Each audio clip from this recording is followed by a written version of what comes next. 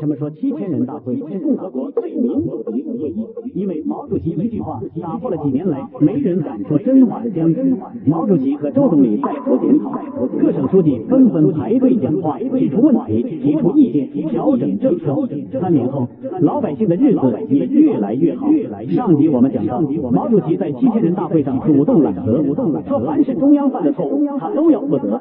可他接下来的一番话，更是让在场的省委书记们坐立难安。毛主席说：“不负责任，怕负责任，不许人讲话，老虎屁股摸不得。凡是采取这种态度的人，10个就有10个要失败。因为毛主席太清楚下面的情况。这几年大跃进，上面定指标，下面报数据，层层加码，人人放卫星，亩产万斤粮，一夜炼出钢，荒唐事一桩接一桩。眼看老百姓的饭碗越来越空，却没人敢讲真话。谁要是提点意见，轻则被扣帽子，重则被打成右派。有了这样的风气，谁还敢说真话？大家都心知肚明，谁也不愿意做那个捅破窗户纸的人。毛主席这次主动站出来揽责，既是自我批评，更是以身作则。毛主席话音刚落，会场里响起雷鸣般的掌声。这掌声里有敬佩，有感动，也有如释重负。毛主席的表态打开了一个口，周恩来、邓小平以及各省的书记们纷纷检讨，把这几年工作中的问题一一反映出来。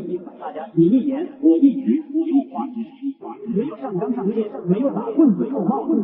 会议原本计划半个月结束，结果一直开到2月7日才收场，足足28天，成了建国以来时间最长的一次中央工作会议。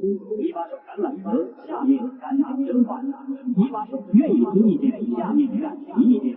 大会的氛围因为毛主席的自我检讨变得轻松些，大家畅所欲言，说话不绕弯，有事摊开讲，一块商量。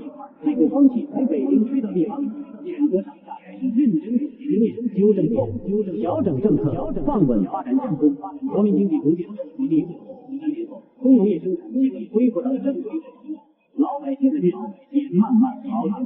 后来有人回忆说，7000人大会的气氛是建国以来最民主、最开放的。那股敞开心扉、畅所欲言的风气，让很多老干部多年后依然念念不忘。好了，今天的故事就讲到这里。如果你觉得有收获，请多多关注我们。